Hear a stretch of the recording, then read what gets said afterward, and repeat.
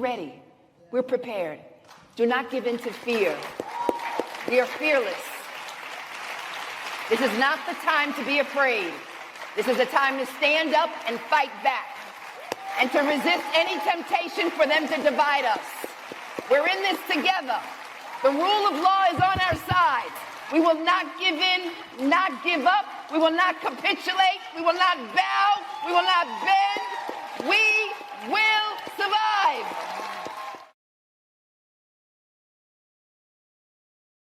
When I saw he was coming in today, I just, my heart warmed over because not only is this man doing work that people don't even know, he's a great actor, of course, and in many ways the blueprint for one of y'all's favorite presidents, but he's a great mind. He reads a lot and he does a lot of things. I love him. Let me welcome director, producer, star of Purpose on Broadway, Mr. Harry Lennix. Hello. Karen, Hunter, always great to see you. Thank you for having me on. It's been a long time, and I'm deeply appreciative. Yes. Well, I'm glad you're in New York. I got to get you in the studio too, back in the studio. Before we get into it, I was talking about Clara Luper, and I said I'm sure she was involved in the NAACP, and of course, her daughter, her son, part of the NAACP Youth Council. She did not let her children just sit on the sidelines. They were rolling up their sleeves, and I was thinking about the parallel to these times. Do you see the parallels? I mean, history rhymes. Do you see, like, this is the time to not sit idly by and watch, or should we? Well, I don't know what it's an interesting thing because the play Purpose by Brandon Jacobs Jenkins deals on a certain level with this. One of the lead characters says, we don't have a movement currently as our parents did. They knew it was a very clear goal to go out and try to accomplish, those kinds of things that Clara Luper and other great people have done. I don't know that there's a similar pause that is so clear cut as that, but I think that the whole purpose of that scene and Purpose is to say, what can people do to feel engaged and involved? And of course, I think it's a la carte. You can find something. But I don't know that vis-a-vis that issue, I don't think that that's currently our battle. Which makes it even more, I think, a little diabolical because, it's easy to confront whites only this and whites only that. And there's still sundown towns, but they actually had signs saying, don't let the sun, there were signs very clear. We don't know now. We may get stuck in a sundown town as Ahmaud Arbery did, and you end up losing your life because you didn't know I wasn't supposed to be here, or I'm supposed to be here, but you're a horrible person. Right. So how do you navigate and what do you teach? Because I know you have programs in Chicago. You do a lot with the youth and arts and bringing arts to youth. Yeah. What do you tell them? Well, I think my solution has always been in the face of that. I think it's a sort of different thing in the North than it was in the South. Oklahoma, I would say, is a little more southerly in its temperament and so forth at that time. But I think my thing has always been to build our own. Like, why are you asking to be included in something where you're not wanted? Go make your own thing. This is something I got, of course, from the Honorable Elijah Muhammad, and so we're not looking to be integrated. We're looking to create our own, as they say, wealth. What do they call it? This, not institutional wealth, but generational wealth. Yeah, and I think that is, that's obviously more than money. That is a legacy that needs to be defended, protected, and perpetuated. In this case, when I did teach school in Chicago, I had the great luxury, because a lot of schools did not have a music program. But I think it is through instilling in people they can do for themselves, and that they should have pride and build up what it is that is in their immediate purview, as other communities have done. How wild is it that we have all of these cornerstones that we can rely on? Like, we don't have to start from scratch. You brought up Nation of Islam, Elijah Muhammad. There was Marcus Garvey, Get Up and Do. It was very, focused on the same thing. We've seen this before, and I feel like we are revisiting the civil rights movement through that lens, though. Through that lens, Yes. like, I'm not begging to be at your table. I've said that day one on these airwaves. I am a carpenter. I'm not begging for crumbs on your plate. I can bake. You got an egg? I got flour. I got sugar. Let's go. We don't even need milk. Let's use some water. Let's go. We can make some hot water biscuits. Like, we don't need to fight over crumbs when we are abundant, which we are. So, Right. talk about Brandon Jacobs Jenkins and how you got involved. So it's you, is Latanya Richardson Jackson. I see her in it. Felicia Rashad directing. It's at the Yes. Hayes Theater. If you're in New York or near New York, Delaware, Philadelphia, wherever, Connecticut, come on down, Boston, and see this play. What intrigued you, Tony Award 2025, Best Play? What intrigued you, Pulitzer Prize 2025? What intrigued you about this play, Purpose? I would say, they had me at the title, really, purpose. We speak in theological terms of the teleological argument. Why am I here? What is the purpose? What is my intention for being? Why was I born at this time and, under these circumstances? That is, I think, the final question that any well-lived life has to ask. And hopefully, you were talking earlier about how it's never too early to introduce children into these kinds of questions. What am I here to do? And so they had me at hello. And then, of course, the play is set in Chicago, and it deals with the civil rights legacy family. And so that all was also interesting. But when I first got to play, it was only 40 pages of what is now 110 pages. And so I didn't know how it was going to turn out. We didn't know how it was going to end. But I think that the creation of these characters by such an agile mind as Brandon Jacobs Jenkins, who teaches, I think, at Yale and a couple of other places. But he is, he was steeped. He studied with the Jesuits. I'm looking at Ida B. Wells there in your background, and she almost looks like a Jesuit with the Jesuit order in that getup. But he was introduced to these kinds of questions, this philosophical pursuit of knowing why we were put here and what can we do in a time when the answer to that isn't so clear. Maybe we've outlived our time. You think about somebody like Dr. King and the rest of these great people, great leaders, Ida B. Wells and so on. What would they think today? Where would they be on this whole Israel-Gaza thing? Where would Palestinian thing? Where would they be vis-a-vis immigrants and this kind of, it's a very, if those people's rights, of other people's rights are taking precedence when the people who've been here for 400 years are still waiting in line to get theirs, as I'm currently doing. You mentioned something I'm working on in Chicago. I've been waiting for 3.5 years for a grant that they promised me. But they come up with hundreds of millions of dollars to house people or whatever other. I'll push back on that. They don't come up with Well, money to it house happened in people. Chicago. I can tell you that in Chicago, I'm telling you what happened, where they came up with $160 million in 3 months, and that was just for the winter of 2 years ago to deal with the immigrant thing, because it was turning winter time, and the governor, I was in the room when he made that happen. So, I understand there's a humanitarian need, but we need to address the issue of the people who are here. So and who have been here waiting in line very patiently, and those people are just as in urgent need. But in any case, I think that's what. One wonders, what do we do? How do we deal with these questions? Are we being true to the legacy do we have an obligation to be true to that legacy? These are fair questions. And I don't think that there's, some uniform answer because of, this idea of race, loyalty, and so on. That's a very complicated thing 400 years into a problem. What is race? Even more complicated. Right. We're talking with Harry Lennix. We would love to talk with you as well. We're talking about purpose, your purpose, and the play. I forgot to mention Carrie Young.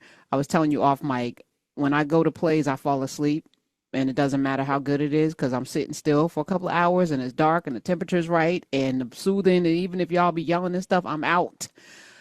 But I did see Carrie Young and Pearly Victorious because PBS had it, and I watched it, and she was amazing. She won a Tony for that. She's been nominated 4 years in a row, and she won a Tony for Purpose, right? Good, this young lady is killing it.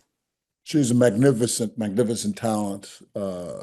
My new favorite person, I just met her working on this play, and I can guarantee you, if she were on stage, you would not be falling asleep. She is. I call her the bubble in our champagne. She brings a spark. Yes. Yeah. She prefers to think of it as the bubble in the champagne. She's. Do you remember champagne, Karen? Champagne, Ripple, Champipple. Come on now. Yeah, I have had a tiny bit of life before, just a little bit. Mad Dog 2020. That's one of the college things that you get. Very cheap stuff. She's from Harlem, so I know she knows. Tell us about Sonny Jasper. Who is he? Yeah, Sonny Jasper's in the mold of, a lot of people make a very easy comparison would be Jesse Jackson, right? Somebody who's from the Carolinas, moved into Chicago. I think that, Brandon makes it very clear that it is not Jesse Jackson, but that it is somebody sort of in that mold. He is a great man, a flawed man. He, I think there's a cost that he discusses even in the play of taking that kind of risk with your life, really with your family and their well-being. These great people gave up a lot, sacrificed a lot. That has to have had they paid a great price for this. Physically, in some cases, of course, with life and death, but also what the effects on their children were, the burden that places on people, the lack of quality time spent with these great people who were doing something for all of the people at the expense, perhaps, of the people closest to them. And I think that this play deals with the fallout of that. He is a man heading into his winter years, grappling with some of the results of his failings. I don't want to give too much away in the last 2 weeks for people to come and see it. So no spoilers, but you can, they grapple with it, and I think they deal with it head on. A family who is hosting a young woman played by Carrie Young for an evening. All of it takes place within a 24-hour period, even faster than that. But they are dealing with issues that will reverberate for generations to come. The play starts off, Kara's character, Aziza, is pregnant, and they're wondering, the family is wondering, well, how did this come to be? And what does this mean for the family going forward? What is the legacy? What is the price of that? So that's who Sonny Jasper is, a great and very human man. 866-801-8255. I think I might have to call. So it's only going to be for 2 more weeks? 2 more weeks starting today. 2 more weeks. Countdown. All right. Okay. 16 more shows. All right. Let's go to the hotline and welcome in a friend of the show. He is hotter than a mofo, and he's got really good, tasty, salty nuts as well. Let me welcome J. Anthony Brown to the camera. What's up, Jay? What's up, Jay? How you doing? How you doing, Mr. Lennix? I'm doing great, Jay. Anthony, good to hear you. Good to see you the other day. Of course. Oh my God, Karen, you have got to go. I saw it twice. I didn't. Wait. First of all, turn this mic up a little bit, Smith. So you're telling me, J. Anthony Brown, you were in New York? You were in New York? I went to see. Huh? I just need to know. Were you in New York, J. Anthony Brown? You what? Yes, I was in New York. Okay, I didn't get a text or any. Harry, excuse me for a second. Jay, not a text, not a call. Let me tell you, Harry Lennix, J. Anthony Brown has been invited on the show as a guest. He won't show up. Wow. Okay, but he'll call randomly, like today, and just just pops in. I had a comedy thing that I did. Didn't know whether he was going to come. He showed up. He killed it, of course, because he is one of the most talented Yes, people in the game. absolutely. But he's living life the way he wants to, and I guess I have to appreciate that because the man's been through a lot. But Jay, you kind of shady for that. I just want you to know that. Okay. I Okay, apologize. But Karen, here's the problem. You don't come out the house. that's You true. just don't. That You is don't. true. So But inviting you listen, someplace listen. But I like to be asked. Okay, so it's a conundrum. Like I will probably say no, but I like the invitation. Like Harry Lennix has invited me several places. That's it. Gotta know that. Okay, All right. I have to say this play is so. I saw it twice. I didn't bother to try to come backstage the second time, but it's absolutely one of the best plays I've seen in a long time. It is so good. It's so family oriented in terms about how you deal with a family, and every family has problems. Every family, and this play opens up a can of whoop ass on all the problems in the family, and it is amazing. You have got to come out the house, Karen, Okay. and go see this play. You only got 2 more weeks. I know. I Go know. see it, and I encourage everybody. Mr. Lennix is so good. The cat. I don't want to spoil it, but breaking the wall is one of my favorite things that they do in terms of theater, and this play does this a lot, but it does it great. It really does, and you've got to go see it, Karen. You got 2 more weeks. Come out the Okay. house All right. It's at the and go Hayes see this. Theater. It's right around the corner Yes. from Sirius. So what I'll do? Are you gonna be in New York again, Jay? If you tell me you're gonna go, I'll meet you to the play. If I you, don't even believe you. I'll be out there on the corner of Broadway and 47th. Like, where is Jay? Okay, you know what? I'm gonna go get me some tickets because I gotta support. I gotta support. you Your got ass better to, you be got there, Jay. I'm not playing with you. to. Okay. All right. I'll be there. All right. All right. I love you so much, Jay Anthony Brown. Love Think you. give him some applause, Smiz, as if he was a guest that was Thank invited. you, Mr. Brown, brother. Thank you for coming to see Mr. me Lennix, two thank times. you, thank you, thank you, thank you. Oh, all right. Let's go to Steven in New York. Manhattan, money earning. No, that's Mount Vernon. Hey, That's Steven. Welcome. Hi, good. Welcome. Keep up the great work. And absolutely, you should go see it, Karen. I saw it twice too. Excellent play. Why'd y'all Excellent go play. see it twice? The whole thing, because it's that good. We're Is supporting. that We're good? supporting Okay. our own. That's why. Okay. Listen. That's why.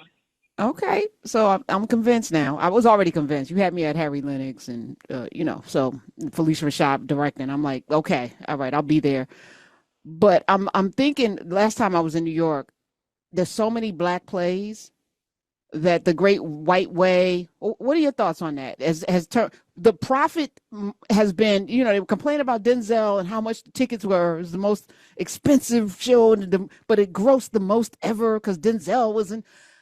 And I was like, yes, this is what we do. Harry Lennix, thoughts and yeah. prayers.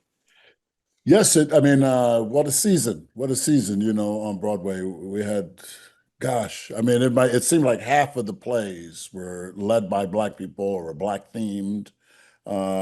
Two Black men were up for leading actor, the two of us from Purpose. Cara, as you mentioned, Latanya was up for him. By the way, Latanya has been replaced for these last couple of weeks with Brenda Presley, who was an original Dreamgirl and who was on Brewster Place. So you may remember that series Yes. from the 90s. She was the co-lead with Oprah, who came to see the show. But yeah, it's been a very heady year. We were so thrilled for Audra. Her show closed on Monday, by the way, Yes. Gypsy. Oh, We I were, of wish I course, had seen that. yeah. Did you see was it Gypsy Rose? No, we're on the same schedule, so I didn't get a chance to check it out. My wife saw it. She thought she was transformative for her. She was really of the opinion that it's one of the greatest things and performances that she's seen. So yeah, the MJ is obviously still cleaning up on Broadway. There's a lot of there was a lot of representation this year, and I think that that's great. And then of course you may have heard recently, the Wendell Pierce got like a $10 million promise from a casino to help sort of shore up Black theater. So we're hoping that some of that money makes its way to Classic Stage, Yes. Yes. Classic Theater of Harlem, Cross, Yes. any number of other places, Billie Holiday Theater. These are great institutions that have done very well in New York, and in this absence of funding that the federal government has sort of put its imprimatur on these days. I think it's wonderful, and it shows that we can continue with support. To support ourselves. Right. Yeah, yeah. Yeah. Wendell Pierce was, of course, Willie Loman in Death of a Salesman, which some people were mad about, but it's acting, it's fiction, y'all can get over it. It's so weird. I did actually leave the house this year. I went to Harlem to see Tanya Pinkins. She did a table read for a play that she's working on. It was my Yes. first time seeing a table read. It was amazing, Yeah. actually, in the Victoria Theater right next to the Apollo. And I love that, the self-determination part of that, because we are our own cavalry. I've been saying that forever. And it looks like we got this. I feel like we got. Are you optimistic? Because I'm a little optimistic, Harry I am Lennix. optimistic. I'm certainly optimistic about the theater scene in New York, because I think that the way that New York is the capital of the world, really, in many ways, and certainly the bellwether for all other theaters, Black theaters in particular. So, they've got uh, what is the National Black Theater, which is trying to get a building built on I think it's 110th Street. But nevertheless, just around the park, maybe it's 125th Street. But anyway, they're trying to build something. They've gotten a bunch of money, but I think that it's a great sign as I'm trying to build our theater in Chicago. We don't have the equivalent kind of infrastructure in Chicago on the South Side or on the West Side where the Black people are. You have to go downtown and up north to enjoy the fruits of our own, creativity. And so, but I think that if this is happening in New York, then it shows me that it's possible to happen in every other place. How much money do you need to do what you want to do? What's Well, the there's amount? never enough. There's never enough. I think that No, but you have a budget in mind, right? So yes, we why have. can't we fund it? We could, and what we're looking for is our phase one is a building, a performing arts center, not just the theater, but for music, for dance, and that building is going to cost us about $30 million. Okay. And we And believe they that. don't have a building in Chicago on the West Side for $1. They be giving away buildings to BlackRock and them for $1. They can't give Harry Lennix a building for $1. Who We, who's in we have the charge over building. there? We have the building. We paid way more than $1 for it, but we paid a lot. But we have to put things in that building. It's really the Okay. equipment and the technology, the staffing, and of course the production for the shows. That takes millions of dollars. You think about these shows on Broadway. I don't know what we capitalize that, but let's just say even to do a relatively small show like Purpose, 6 actors, smallest theater on Broadway, not quite 600 seats. That's probably a $10 million proposition, you know. What? Yeah. We Shows got to like figure it out. Sunset Boulevard, those things, those are like $40 million productions. So, that's not, I mean, those buildings are old and they've been owned now, but to put the people in them, to advertise for them, to cast it, to staff it, they're spending $1 million a week and pulling in 1.5 million if they're lucky. So that's why I Yeah, get you're not that. getting rich. We had Shelley Williams on a bunch of times, and from Aida to the remake of The Wiz, it's a lot. It's a lot. Harry Lennix is here, veteran actor. He is starring in Purpose. You got 2 more weeks. Those of you who are in the New York City area, and y'all know y'all like to travel and drive and stuff. Tony Award-winning play, Pulitzer Prize-winning play. Harry Lennix is in it. Is Felicia Rashad still directing, or would you just direct one time and then you peace out? How's it? Yeah, Okay. you peace out more or less. I mean, if there's going to be somebody that's coming in, like say, for example, Brenda Presley taking over for LaTanya, she came back to sort of integrate her, for lack of a better Got it. word, into the cast, of fold Got her it. and to tweak, little things, adjust. But normally, once the play is open, and we don't see the director much unless they're coming to see, just to check in and say hi. I That's about love it. it. Well, Yeah. she's I'm enjoying the hell out of her on the Gilded Age, even though I can't stand her character Oh, she's and a what she hoot. rep Yeah, I could see you on the Gilded Age as the father of somebody. Like, I I feel like you should tried. be her brother or something. Should come on The Gilded Age, Harry Lennix, and be Felicia Rashad's brother.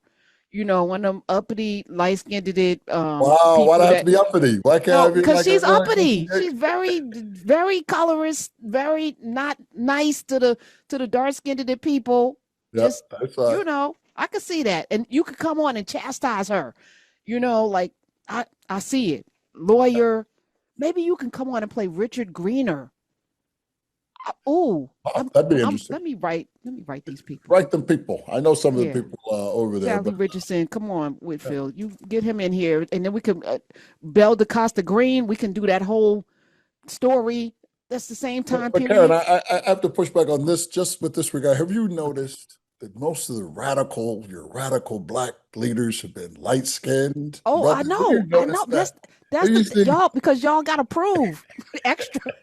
You got to prove That's, extra blackness. that's it. Y'all either pass or you the most radical ass people on earth. Shout It's out to true. Angela Davis, all the light skinned, all the Huey Newtons, all of y'all, all of them, Malcolm, all of them, green eyed people, all of the Chris Brown cast offs. Let's go to the phones. Yeah. Harry Lennix Yes. always comes in and makes me act crazy on these airwaves. Let's go to Curtis in Philadelphia. Welcome. You're on with the great Harry Lennix. Hello to you. Hello, Karen. Hello, Hi. sir. I just called to say, I All right. spent Can you my, turn your radio down, or the extra discussion that's going on in the background? Is that us? I'm sorry. Okay, no problem. When I I called just you, want I to I went want to be able to anonymous. hear I thought you. I'd be on hold for a while. Okay, that's okay. You can listen through the radio though. It's even better. It's No, not as much here of a we go. delay. Okay, thank Here you. we go, Karen. Sorry. Hi. I had to call in. I just wanted to say, in May, I spent my 66th birthday in New York, and I went to the Village Vanguard off my bucket list, and I went to a Broadway show, which was Purpose. And it was my first time going to a show since The Wiz premiered when I was much younger. Hmm. And that play was so transformative that it brought up issues. I had a brother that lived in New York that passed away during the first AIDS epidemic. And when I saw the family dealing with their family issues and questions they had about their son, it hit me like a ton of bricks. And I broke down in tears during the play because it hit home so hard. The acting in that play was something I never experienced before. And I wanted to say thank you to the brother for the role that he played, because they brought it to life. And it hit stereotypes. I grew up with the 70s about sexuality, my older brother, and all that stuff that took place and the conversations that were had during the play. I'll never forget it. That's beautiful. What a testimony. That's thank you for that, brother. Appreciate that. Yeah. Glad that Yeah. we spoke. I'm glad this play is having the effect that you want all plays to have, but in particular plays about our experience. We need something like this. I have regarded this and said so in public that I think it is the first great play of the new millennium.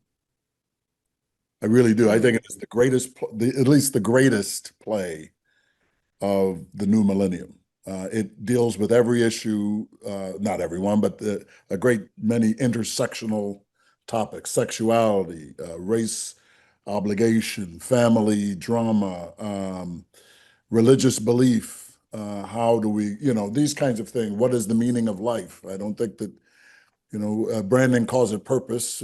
Shakespeare asked to be or not to be, or pondered it that way. But it really is the final question.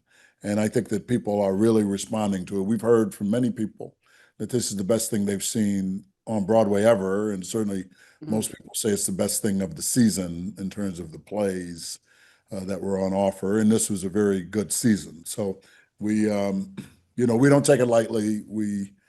It's hard for us to make those comparisons, but it is good to know that it is speaking to people. So what happens when a play like Purpose closes? Does it now go on tour across the country, or is that it? So I think the general thing is that, after it goes on Broadway, it would say go on a national tour or even an international tour. There is talk that this may go with this cast, this company, to London, possibly to LA. I'm sure if we wanted to, there are plays that go to Australia, Japan, Germany. It depends on, mostly the musicals do that kind of circuit. But August Osage County by Tracy Letts, did play in 5 or 6 different countries. And I would hope the same thing is true here, but probably, certainly in about a year, this play will be available for anybody who wants to do it, if they get the rights to do it and can produce it. It'll probably be in I would say it would be a minimum of 20 cities across the United States within a year, is my guess. Okay. Yeah. All right. PBS, can I see it the way I saw Pearly Victorious?